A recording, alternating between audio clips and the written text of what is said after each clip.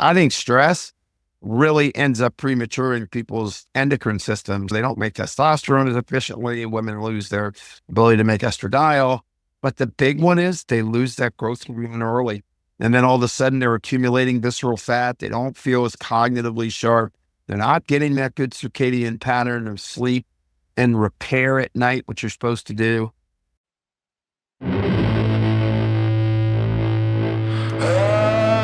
I gotta get myself a little more faith, a little more love.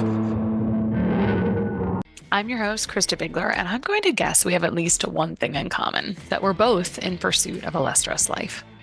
On this show, I'll be interviewing experts and sharing clinical pearls from my years of practice to support high-performing, health-savvy women in pursuit of abundance and a less stressed life. One of my beliefs is that we always have options for getting the results we want, so let's see what's out there together. Just keep breaking. I gotta get myself a little more faith, a little more love. All right, today on The Less Stressed Life, I have James LaValle. He's an internationally recognized clinical pharmacist, author, and board-certified nutritionist with more than 40 years clinical experience. He's served thousands of patients using a metabolic model for health and is best known for his expertise in precision and performance health as well as integrative care.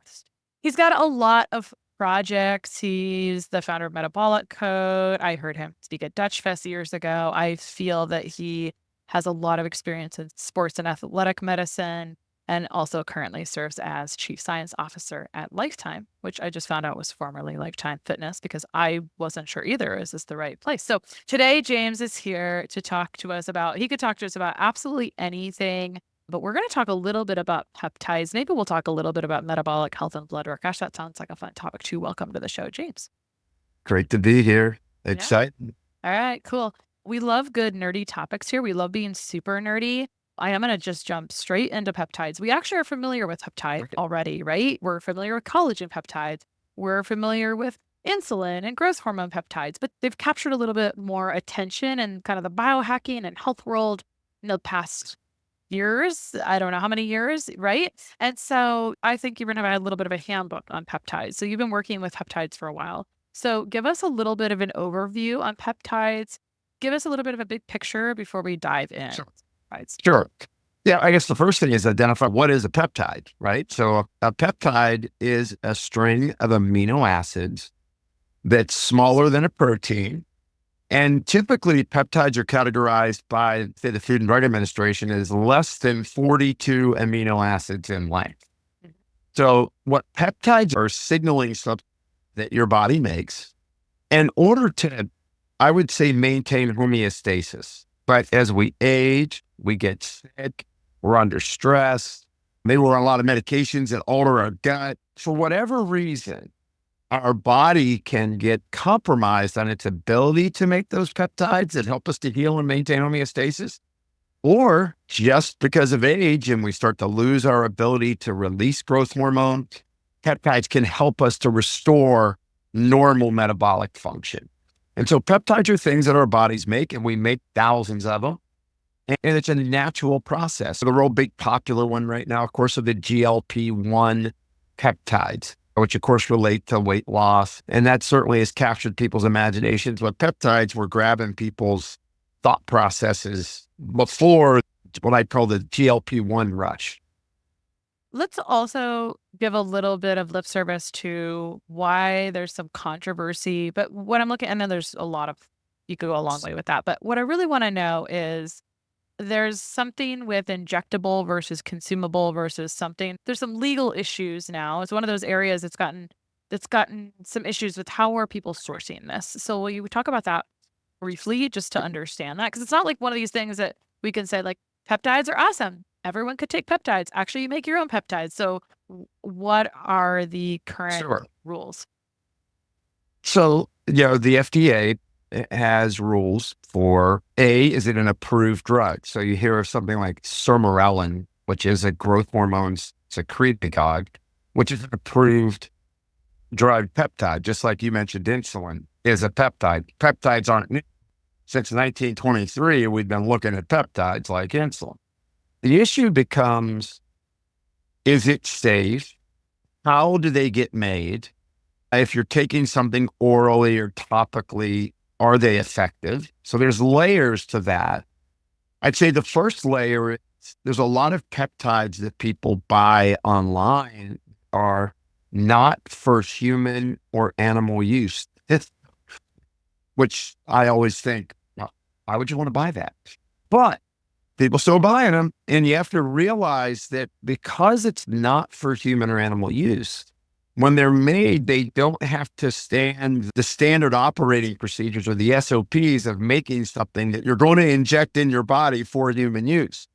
So a different filter might be made. There may not be as much validation. There could be all kinds of things that don't happen when it's not for human use or it's called, quote, research grade. So the first step is that if people are getting peptides, they're being prescribed by a provider that has a license to write a script. And then that script goes to a compounding pharmacy where they make peptides. About the beginning of the year last year, the FDA came out with a category 2 list, like not safe to compound, do not use. That's actually 5 of those peptides that are on that list have actually been reinstated. I know I'm going to talk and present to the FDA October 29th, and I think again on December 4th, on safety around peptides, because that's the big concern is, are they safe? And then if you're going to get them, are you getting them through a pharmacy that's making them for human use versus going online and buying them in a not for human use standard? So that's the big overarching piece to it. Yeah, there's plant peptides you're going to read about. Cosmeceuticals have plant peptides or polypeptides. There's over-the-counter peptides. There's a couple that I know that are interesting that are for the hair and for collagen. You can, a powdered peptide you drink. So it's a big area. When you say the term peptide, it's like saying, oh, it's a car. Where's it manufactured? What kind of car is it? And all that kind of good stuff. Yeah. How did you get into this area? How did you end up writing a handbook on peptides? Now, you're not the only author. There's 3 or 4 other authors on that as well. Maybe they were like, hey, you should, whose idea was this and why? Sure. I'm the chair of the International Peptide Society, so I have a little bit of passion for it. And I train clinicians on how to utilize peptides through the work at the International Peptide Society, which is a part of the American Academy of Anti-Aging Medicine. So in the American Academy of Anti-Aging Medicine, well, what do you think their biggest initiative is? It's to look for new innovations that help people to live longer, healthier lives.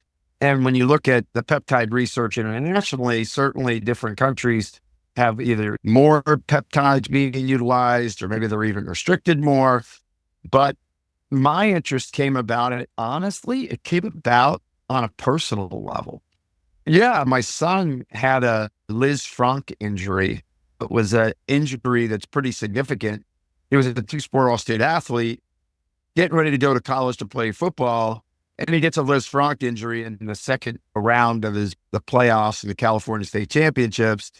And usually that takes about 18 months to recover from a Liz Frank injury, where it's the ligaments of the feet basically get severed, and now you can't really control your foot. And it's painful as all get out. And I utilized peptides for him in order to help him heal. So I used at the time BPC 157. I used another one called TB4 and thymosin beta 4. And then a third was basically a growth hormone secretagogue analog, no longer available, called GHRP6. The bottom line is, in 5 months, he was able to heal and spin and win the California State Discus Championship. And the foot that he was planting on to throw that discus close to 200 feet was the injured foot. And that's unheard of. You talk to anybody, around a lot of pro sports. I have 2 populations of people. I have a lot of athletes that I have talked with and only use things that athletes are allowed to use depending on what sport they're in and all that kind of stuff. So never break those rules, those sacred rules. But now I have a lot of sick people. I have people that are under a lot of stress. I have people that have been broken down because of that stress. And what I found throughout the work with my clinicians in our clinics and also teaching, providers over the years is that Peptides are another valuable tool in that toolkit that allows them to accelerate the rate of healing or the target that they have for using that peptide. And personally, that's what really motivated me. I was educating on them. We were utilizing them some in practice prior to that. But when I got and saw that personal real life change, that's what got me super involved in it a good 8 years ago, or more now. And it's also got me to write the handbook. And I got the second edition of the handbook coming out this December with adding new peptides to it and small molecules that help people to reach for their best possible health. Because in the end, that's all I'm trying to do is help people to, how can we get you healthier? How can you feel better? I always say that results are best educators, and your story with your son is a very good example of that. So That's you right. mentioned a few different peptides. You mentioned BPC 157. This one is one of the more popular ones, along with the GLP-1s, which are usually used for, we'll call it metabolic health. So let's talk about BPC 157, since this one is near and dear to your heart. Tell us a little bit about this peptide, what it's particularly amazing for. Just give us a little bit of one-on-one on that one. Yeah, sure. Body protection compound 157. Now, once again, it was on the category 2 list. It hasn't been taken off the category 2 list, not done as a compounded prescription right now, but can be taken actually as a dietary supplement because it's derived from a natural source. So BPC 157 helps connective tissue to heal. And in general, helps with just inflammation. How can I promote my body restoring integrity to tissues that have been damaged? And it's actually is made in your gut, and it's made in your gut to protect the mucosal tissue in your gut. So the mucosal tissue is what protects you from all that gastric acid you make.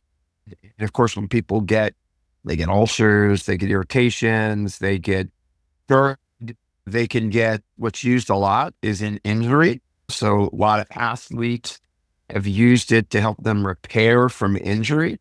BPC 157's great at helping to re-stimulate collagen synthesis, ligament healing, bone healing, soft tissue.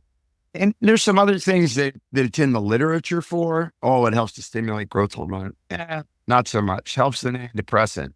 Haven't seen that really too much. But it's been reported in the literature. People are going to read up on it. But its main function is just helping tissues to heal and repair. Yes. Even using it topically, back when you could have it compounded and made topically, people would put it on incisions to be able to help the incision to heal quicker. Yeah, that's cool. Just another cool tool in the toolbox. Body protection compound. What's it derived from? It's derived, it's the actual, where they did the research, it's from gastric tissue. It's a gastric secretion in your stomach. Now, when they make it, they just synthesize it, right? So it's a string of peptides, it's a string of amino acids, and they synthesize it into body protection compound. Got it. Okay. Yeah. So you mentioned another one, TB4. Tell us about this one. Is this one still allowed? Because you said GHRP6 is no longer available. Yeah. So right now, like TB4, not really available, but the thymic compound, and thymic peptides have been around a long time. So it turns out when you get under stress or you start aging, like me, getting ready for that Medicare card this year, what happens is your thymus gland shrinks and you make less mature T killer cells and natural killer cells. And that means I'm not going to fight things off as well. And so it has a lot of regulating properties. Yeah, the thing about your immune system, everybody thinks, oh, get a cold or flu. That doesn't mean your immune system's in great shape. It just means that you don't get a lot of colds or flus. You still could be developing autoimmunity, or you could be mounting what's called metainflammation, metabolic inflammation. And so TB4, or the thymic peptides, help your body to restore integrity, and I'd say vigilance to your immune system. Can you fight things off better is probably one of the big things that thymic peptides are great for. No one talks about the thymus gland, so thank you. I'm glad I got to ask about that. It's super important. No, it's one of the first things I learned. Like, I started doing this work 40 years ago. And of course, because it initially came out of more of natural medicine practitioners and gland extracts. One of the first things I learned about were thymus gland extracts that people took. And to this day, I still recommend just nutritional thymus gland extracts because they work. You Yeah. can feel better on them. That's funny. I also had roots in the very similar things as what you're talking about, which is why I feel like my ears perk up when anyone mentions thymus gland, because I also was given thymus gland extract and learned about that.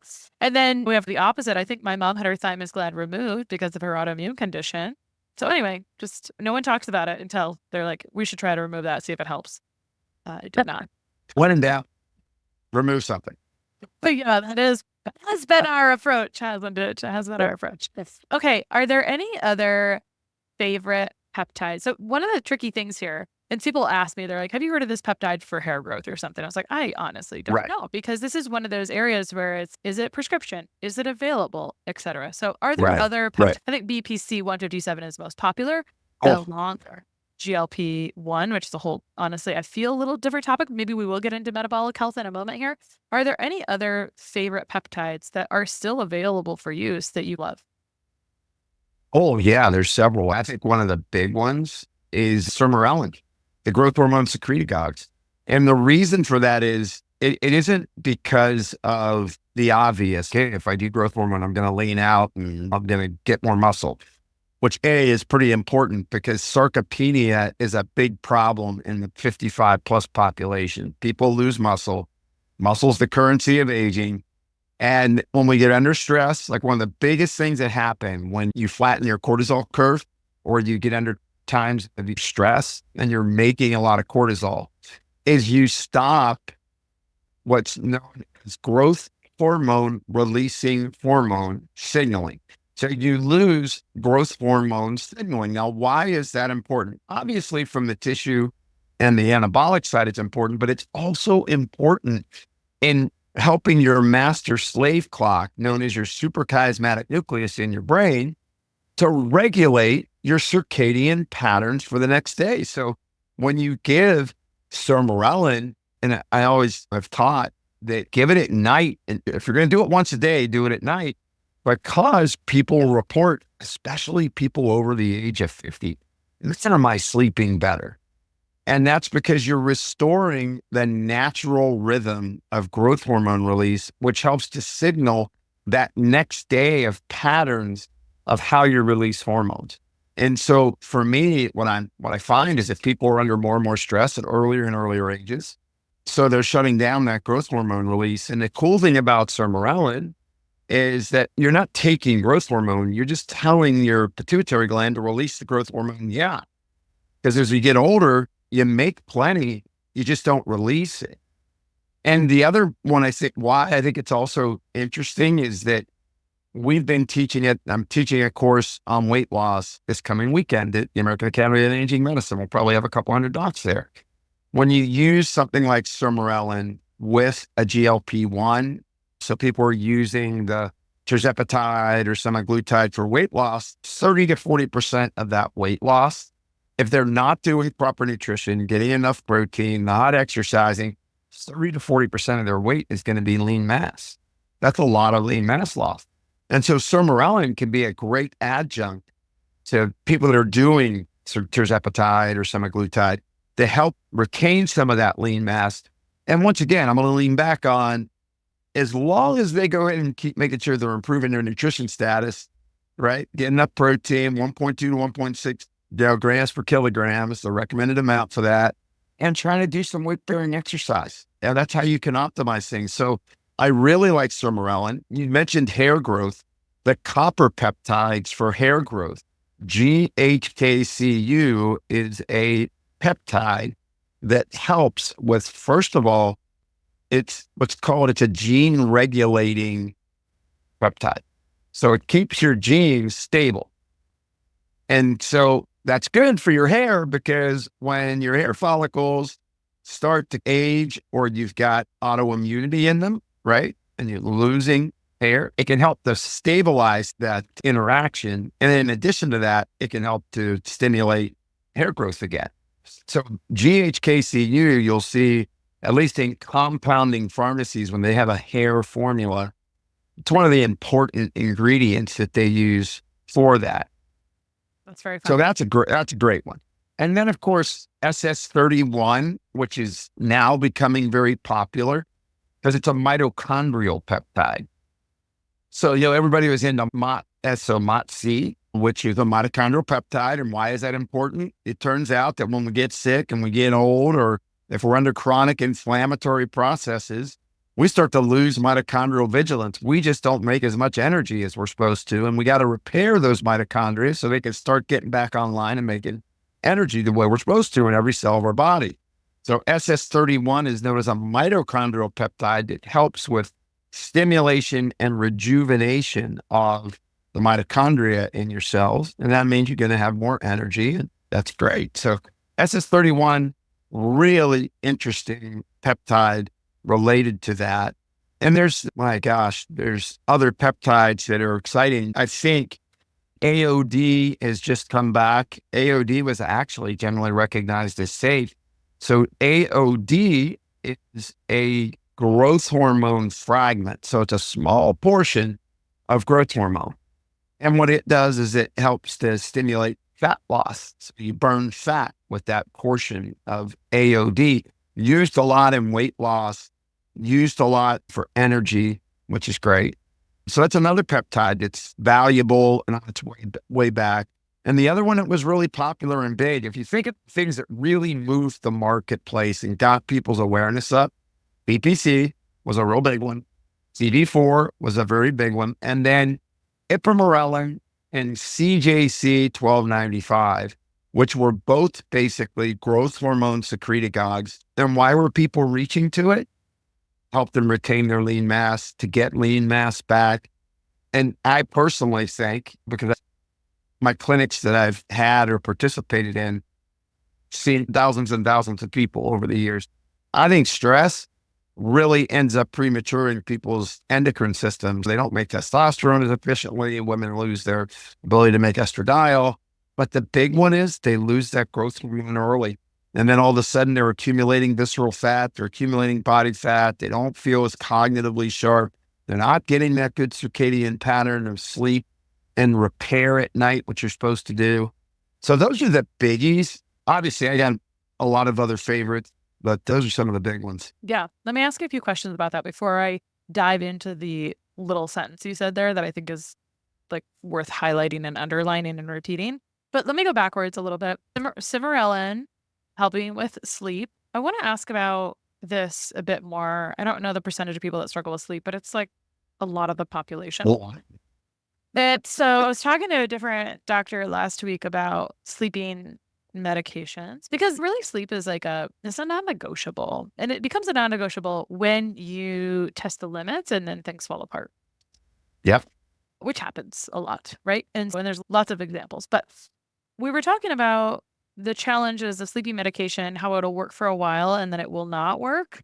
And so I'm Right. curious if we have some similar, if you're going to use Cimarelin and you're going to have positive benefits for sleep, do you want to also reel back off of that? I think the concern is, do we become dependent on peptides? And I think we have to Sure. look into each one, probably. Yeah, I think, first of all, when you look at sleep, for example, because I educate a lot on sleep, because I think it's core. It's the number one thing that is going wrong. And the number is 60% of Americans Thank you. will have trouble with sleep this year. And the big problem with sleeping medications, especially if they're using what's called the benzodiazepines, so the Ambien, the Xanaxes, which a lot of people will take for sleep, is that it actually depletes melatonin so you don't get into a deep sleep. And then you have to go back and say, why? So insomnia, what is it? Why is it? And how is it characterized? It's a disorder of hyperarousal. So your brain takes on too much stress during the day and it can't come down at night, right? You can't turn it to off switch. What is that a byproduct of? Cortisol production. So I would say with Cimarelin, for example, if you're going to think of Cimarelin, I would say it's going to help you to restore your normal circadian pattern. As long as you're managing your stress during the day, then maybe you don't need that sermorelin anymore. You don't need to use it anymore because you've managed the reason why you're having trouble with insomnia. A lot of times when I talk about insomnia, so a couple peptides were real popular that were put on category 2, and I believe Celank is coming back. Now it's off category 2. So those were peptides that help to improve GABA, reduce like glutamate excitation in your brain that you could use during the day. So as long as people are managing what got them in that position, they may not need to use a growth hormone secretagogue at bedtime anymore. As long as they're under a lot of stress and they're pumping up that cortisol, and that cortisol is triggering hyperarousal and that loss of the growth hormone signal, it may be that it's needed, right? So it really is more dependent on if it's an illness, for example, thymosin alpha-1, another thymic peptide approved for hepatitis. Unless the person's hepatitis is going away, they're probably going to be using thymosin alpha-1, right? So there could be instances where you chronically would use a peptide. I would think for what a lot of people are using peptides today, if you're looking at longevity or kind of what I call anti-aging, although as much as I've done stuff, I just can't look like I'm 10 years old anymore. So I don't know about but I would say youthful aging, right? But usually creating, if they've got someone smart that's guiding them, a seasonality to it. I'm going to use this for a certain period of time, and then I'm going to go to a different grouping to focus on for a period of time. You know, one of the big ones that was researched was epitalin. Epitalin was the kind of the longevity it came from the pineal gland, really helps to reset the circadian rhythm. And epitalin was given in that one Russian study, and they saw that people with cardiovascular disease progressed at a much lower rate than people that didn't over several years. And so I think that there may be instances where peptides are something you're on because of a certain situation. But for the most part, it's smart to use them in either a seasonal way or at least pulsing them into your daily routine.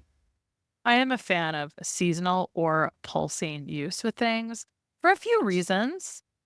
How do you know how you feel if you don't come off of something?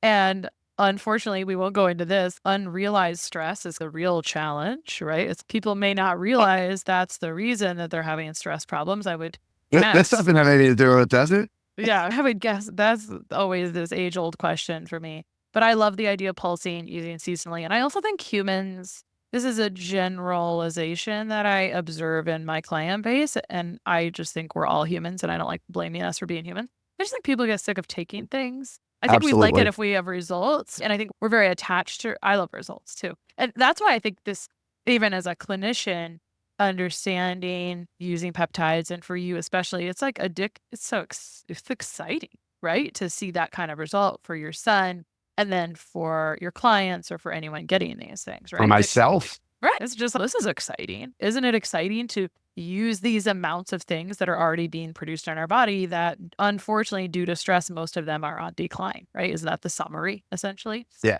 The other thing I keep hearing you mention is circadian rhythm, which I love. Every time you say it, my ears perk up, and it's, dang, how many of these peptides are bidirectional with circadian rhythm and sunlight? Is that our real problem? Also, of course, all of our light exposure. I wonder if you're just adding a crap load more evidence to that, right? Well, we're opening up so many cool areas because I'm a huge fan. First of all, I think there's the appropriate use of peptides. And then there's people that are injecting like 3 times a day. They're doing 10 different Yeah. peptides. And I actually think that get a life and get some addiction treatment, because they're another tool in the toolkit, and use them. As I said, I'm a big fan of pulse and a big fan of seasonality.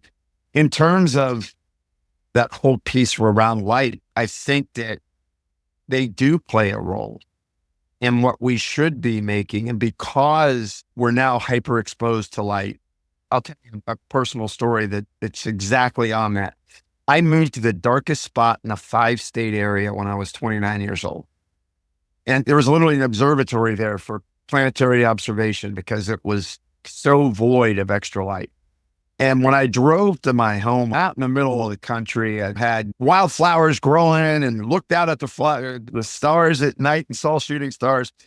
But it took 6 months for me to be used to the lack of stimulus, to be used to when it was dark, it was time to shut down. And I always tell folks that come to me, it's like, look, don't go into your house at 7 p.m. and turn every light on in the house. You don't need to turn every light on in the house. Sure, you don't want to fall, you don't want to stumble, you don't want to hit your ankle into the coffee table, but moderate that light because we are adjusted to that. Our eyes are adjusted to daylight good, wake up, hormone reset. The master slave clock is dictating how all of your hormones are going to function for the day. And they're all doing it in an orchestrated way. And I think that, to your point, I think that peptides help us in this modern world to restore some of that circadian rhythm of what we should be making in our curiosity of the day and how we should be repairing. But because of the conveniences of our modern world and living in a modern world, our primitive body and primitive chemistry just gets confused. And now it can't release the things it's supposed to release. Yeah, no, I totally agree. Okay, of the peptides that you mentioned, so we went into BPC 157, sermorelin, which I'm over here just wondering how to spell sermorelin, actually, as I type notes. Maybe you could unpack that. Maybe you could tell me. Do you have any idea how to spell it? SERM. Yes, it's sermorelin. So it's SERMORELIN. Thanks. All right. So we talked about that one. You mentioned the copper peptides for hair, GHKCU, mostly available in compounding pharmacies. You mentioned the mitochondrial peptide. You also mentioned CJC 1295. Of these that you've just talked about, how many are actually available over the counter currently? And that's probably the real exciting part of writing a handbook, is trying to... Sure. Oh, yeah, absolutely. So a while back, my college-age daughter shared with me that she was tossing and turning and waking up several times per night after a period of stress. We started her on magnesium and her sleep immediately improved. I personally think magnesium should be your first thing to try if you're having trouble sleeping or staying asleep, especially tossing and turning, and it's a no-brainer if you have any restless leg issues. The thing about magnesium is that there's a lot of types of magnesium that will give you symptomatic relief, but I like to steer my clients and loved ones to a more absorbable form of magnesium because most big box magnesium is mag citrate, and that will push bowels that can be damaging to your teeth if it's used daily, and it's not the most absorbable. Rather, Jigsaw Health makes one of my favorite great tasting magnesium powders called Mag Soothe that has magnesium glycinate, my favorite calming and absorbable type of magnesium. It's available in both a great tasting powder and to-go packets. And they also make a product that's great for slow release, especially if you have restless legs, called Mag SRT. So if you are not falling asleep easily, or if you have disrupted sleep, you can try at least 200 milligrams of great magnesium like Mag Soothe or Mag SRT, especially if you have restless legs. It works better to take this at least 20 minutes before you go to bed to allow it to kick in. And you can get a discount on all of Jigsaw's amazing products, including Mag Soothe, at Jigsaw Health with the code LessStress10. Now, you can use LessStress10 as many times as you want with every order at Jigsaw Health, which is honestly pretty unheard of with coupon codes. So enjoy the magnesium from Jigsaw with my code LessStress10. So KPV is currently available as a dietary supplement orally. KPV, that is a 3 amino acid peptide that's made in the gut that helps to manage the release of an inflammatory compound called tumor necrosis factor alpha, or TNF-alpha. So really good for people with irritable bowel, colitis, that kind of stuff, and generalized inflammation for that matter. But so BPC is another one that you can use over the counter as a dietary supplement. The TB4 frag, or the fragment of thymus, you can get that over the counter. I thought that one was off. No, the whole thing is off? As a fragment, as a dietary supplement, it's not. As a compounded drug, it's out. Oh, this is where it gets a little tricky. Yeah, it actually does. I think that there's been a lag in guidance, and I want to be clear. I'm all for FDA guidance. I would like to get clearer guidance. When is someone that's teaching, it's in the industry, I've designed products for companies. I always like to get clearer guidance. And I think, quite frankly, that guidance is just now, it was one of those things where, holy crap, a lot of people are using these things. We better get to getting some guidance together on this, right? I think that's basically what happened is it was a tsunami effect of people that, because of media now, the ability to spread information, it exploded. And before was this little niche thing that like, not that much was going on. There's a lot going on. And I'm excited about the future of peptides. I'm excited about hopefully being able to get more peptides available more readily over the counter, right? And obviously there's a lot that's coming out. Everybody's moving towards this, and the dietary supplement side, everybody's moving towards, like you said, there's collagen peptides, there's milk peptides to help with sleep, right? That's over the counter. There's newer plant peptides coming out. I've tried some of them, and I'd say that, yeah, some look like they have some promise and others not so much, but it's got the word peptide on it. So people are buying it. Yeah, for sure. Are there other ones from that list that are available over the counter, or are most of them available over the counter as dietary supplements? Most are not really available over the counter. Most of them Yeah. are prescriptive. Cool. And that's what we need to know, right? As we talk about this. And if they're prescription, and if someone is interested, if they hear this and they're like, I want to know more about this, can they access it? How are they going to access it? Who's going to be able to lead Correct. them to that? And that's going to be the question. That's the grassroots work. I know you're like, I wish there was more FDA guidance. And I'm like, I think you're going to be the one consulting the FDA to give them guidance, actually, most likely. But you're out here educating people on peptides, you in the Society for Peptides. What if a prescribing practitioner is listening to this and they're like, dang, I need to know more about this. I think maybe I should be experimenting with this. Where do you suggest they learn more so they can do this? And then, of course, we have our formularies in our pharmacies as well, which is just a different hurdle, but that's a different story. Yeah, absolutely. There's different organizations that are educating folks on peptides. Obviously, for me, International Peptide Society, we do education, provide certifications for practitioners. I think I'm the orchestra leader for that, right? So I do some of the education, but I bring in all physician clinicians that utilize them so that they teach not just, hey, this is a really cool peptide, but hey, this is what you got to watch out for. So it's, where are their potential side effects? What is the dosing? What's been in the clinical literature? As part of the International Peptide Society I spearheaded, we've written 100 monographs on 100 different peptides in the marketplace with all of the clinical literature and full text studies that a clinician, so an MD, can go there, look up a peptide and go, oh, I want to read the literature on it. Was it in three monkeys and a couple of gnats? Or was it case studies? Were there clinical trials? Was it phase 2 trials, phase 3 trials? Is it an approved drug? So how far did it go along in the process so you as a provider can have comfort as to what you're willing to prescribe or not? Because in the end, that's what they need to know. Hey, how do I do it? What should I look out for? What's the right doses? And then where can I get them? And there's compounding pharmacies that specialize in producing peptides under the guidance of compounding pharmacy law. And they have to get connected with that so they know, hey, who can I write a script for and make that happen? Now, there are some cool innovations going on in peptides. There's a Taiwanese company that is actually taking peptides and chaining them together, making a protein. But when you take them, they break apart into the peptides, which is pretty cool. So it's like basically a peptide enhanced protein powder. Yeah. That has different functions. So that's pretty neat. That's on that innovation pipeline, I'd say. That's where I think it needs to go for people wanting to use them over the counter. You're never going to be having people injecting stuff over the counter, right? By default, it's a dangerous drug and you need a doc's supervision for that. Yeah, for sure.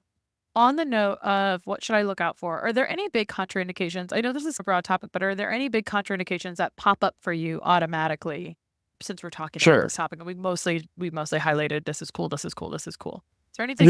Yeah. First of all, if you got a history of cancer, you probably don't want to use any of the growth hormone secretagogues, whether it's ipamorelin, sermorelin, testosterone, which is no longer really available, but people would buy it not for human use. And once again, I'm being very clear about why would you buy something that says it's not for human or animal use, but you're going to go ahead and buy it anyway and inject it.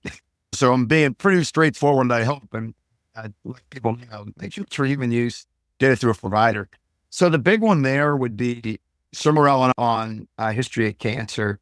The other one, of course, is with the GLP-1s. If you've got a history of pancreatitis, if you've got a history of thyroid endocrine tumors, you got to make sure that you're not doing that, because a lot of people are getting GLP-1s. I don't know how, but they're getting them and they're just getting on them and they're overdosing. They're getting nauseous. They're creating constipation, diarrhea, all kinds of issues that can occur with the GLP-1s when they're not appropriately administered.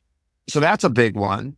Other than that, for the most part, peptides are pretty safe. I literally am reviewing the adverse event report right now for several of the peptides that we'll be talking about with FDA, and hundreds of thousands of scripts going out with literally in the teens of adverse event. And the adverse event most of the time is injection site reaction, which can happen with water. So injection site reactions aren't really, it's a side effect. It's not really an adverse event. Yeah. So really relatively safe in general. But then you have those big categories like the growth hormone secretagogues if you had a cancer history. Of course, the GLP-1s, semaglutide, tirzepatide, retatrutide, I guess will come out here shortly on a much bigger scale. And you have to watch for those kind of side effects that are related to that, which is mainly, got to worry about pancreatitis. You got to worry about constipation, diarrhea, excessive nausea, those kind of things. We didn't talk about GLP-1 and we don't need to go off on it, but do you have some people think it's the best thing since sliced bread. Some people are very critical of it being handed out quite a bit. It's hard to have 2 cents on this big topic, but you're going to be asked this a lot in the next month. So what is your 2 cents on GLP-1? Yeah, can I get asked a bunch Yeah. about GLP-1s? I think they're a great drug category. I think they're misused, and therefore it creates the controversy. When insulin got invented, everybody would agree insulin's pretty life-saving, right? And insulin is life-saving from an acute process, right? If you're a type 1 diabetic, fragile diabetic, and you're not making any insulin, and you're running blood sugars that are crazy high, it's pretty life-limiting quickly. I would say GLP-1s are life-saving from chronic illness, meaning that GLP-1s help with cardiac remodeling. GLP-1s help with thickening of the intimal medial thickness of your arteries. GLP-1s lower bad lipoproteins like LPA and lipoprotein B. GLP-1s help with regulation of blood sugar. But those are the things that create a slow death, right? Like eventually you have a heart attack. Eventually you have heart failure. Eventually you get dementia. So I think GLP-1s are valuable. I think people overdose them and they lose weight too fast. And I'm of the opinion and what we're doing at Lifetime, with what I'm doing with the Miura centers there, because we're putting longevity centers into Lifetimes with providers, is we titrate the dose up low and slow. So you get to a dose that you're losing a couple pounds a week. So it's not hard on your gallbladder. It's not hard on your body. You're not giving such a big signal to the receptors, the incretin hormone receptors, that when you go off of it, those receptors are going to not know what to do, basically, right? Because they've been overstimulated for such a period of time. And then that way it allows you to titrate people back off after you've implemented education on mindfulness, manage your stress, get better sleep, eat better, exercise more.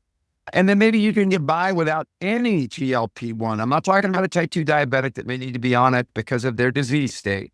But for weight loss, maybe you're not dependent on it to cut that food noise down anymore, because it's one of the biggest things people report is, hey, the food noise went away. I no longer want to come home and hug my bag of Lay's potato chips. I'm not going to eat them until I lick my finger to get the last bit of salt out of the bottom of the bag anymore, right? Because my brain's not allowing me to stop. So I think that proper use, I think they're a great tool. I think that just relying on them to be our weight loss savior, I think it's going to create some backlash. Yeah. I really do. And it's already showing up, right? People go off of them, they gain a bunch of weight back. I'm really concerned that, once again, it's about the improper use and the fact that we haven't done enough studies on microdosing or smaller dosing in order to get successful weight gain, but we don't know. So the flip of the coin is, we don't know when you do smaller dosing, do you get for sure those same benefits like potential reduction in Alzheimer's risk, right? Because that's a big one with the GLP-1s, as it helps them really reduce that risk, it looks like, at least preliminarily. Alcoholism, decreasing alcohol craving. So there's been a lot of other side benefits that have started to come out. Stroke risk, big article just came out today on stroke risk and reducing stroke risk with the use of GLP-1s. So I'm of the opinion I think they're awesome drugs. It's different. It's a different peptide that helps regulate the pancreas. And everybody likes to talk about, diseases begin with the thyroid and the adrenal glands and cortisol. I'm of the opinion that through metabolic dysfunction, and where people really start to go down the wrong path, is when they're not dealing with glucose shred anymore, and they're making too much glucagon, and now you're just storing fat. Your blood sugar's going up, you're damaging tissues. And that's that slow death that I worry about for people, where their quality of life's going, you're going to be on dialysis the last 3 or 4 years of your life, right? That kind of stuff. Yeah, I do think that is a very worthwhile conversation. And I was going to wrap this with a bow. There is one more thing I want to give a little bit of time to, or a minute to, which is, you mentioned stress, prematures, we're losing growth hormone. So when people heard you mention this and they were thinking, oh my gosh, that's me, because when you said that line, people are like, I think that's me. What do you want to say to that woman, that person who really thinks you're talking to them there? They're like, how can I validate that? How could I prove that is the situation that's actually happening? The hardest thing about growth hormone is measuring it, right? IGF-1, it's a friable marker in the blood. Not always the easiest to get accurate. You got to do it in the morning. So if you're going to measure between 7 and 9 a.m. and fasted before you do it, and you can try to use that marker as a way to improve it. I've seen mixed results with different clinicians over the years, talking with them about that. I think that if you're noticing that your body composition has shifted, you can't think of any other reason why. You didn't start eating Twinkies, right? You didn't change a lot, but you've been under a tremendous amount of stress and you're having trouble sleeping. You're noticing your body composition is shifting. You're gaining fat. You're losing muscle mass. You're feeling less kind of vitality. Then just clinically, it's a good thing to say, okay, maybe I'll give that a shot and see if I can see a change in the way that my body composition and the way I feel is happening. You can also look towards other markers, surrogate markers, right? Where is your cortisol? Is your cortisol pattern improved with using it? Have you improved your glucose regulation? Because many times that will happen as well. So there's a lot of body composition. You can measure it through, obviously, DEXA scan. You could get on an InBody. You could track that. And a lot of people have seen improvements with getting on growth hormone secretagogues and just measuring their lean mass on an InBody. Yeah, for sure. This was great. Why don't you tell people where people can find you online, or if they want to pick up the Peptide Handbook? I'll be picking up the Peptide Handbook myself. Or if they're like, hey, I like this guy, I hear he's training on the weekends, how do they get into your trainings? So easy enough. They can go to the real Jim LaValle for social media. That's probably the biggest one. Instagram. There you go. JimLaValle.com. Certainly for training, because I do co-chair the American Academy of Anti-Aging Medicine, where we train thousands of doctors a year on longevity therapies. If they just go to A4M and look up A4M online, A4M.com, there'll be a list of a lot of my education where I'm at. Of course, I do educate in other venues as well.